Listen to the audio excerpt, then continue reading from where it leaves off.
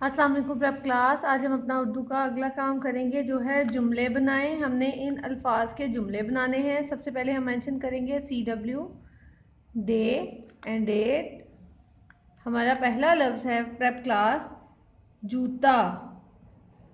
ये मेरा जूता है, मेरा जूता लाल है, मेरा जूता काला है, मेरा जूता नया है। आप कुछ भी बना सकते हैं। हम यहाँ पर राइट करेंगे ये मेरा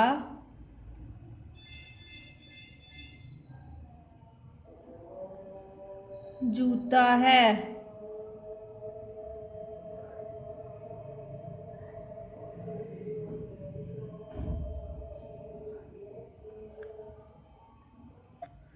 अगला लफ्ज़ देखें प्रेप क्लास जग।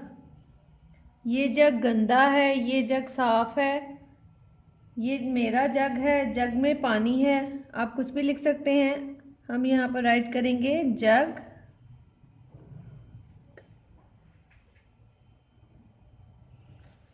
में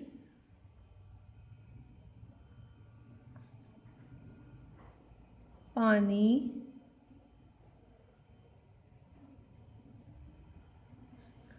है।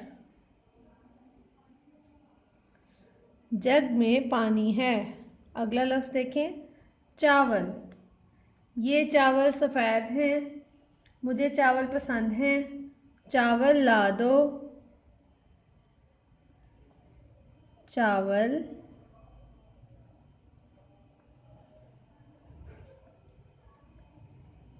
ला दो।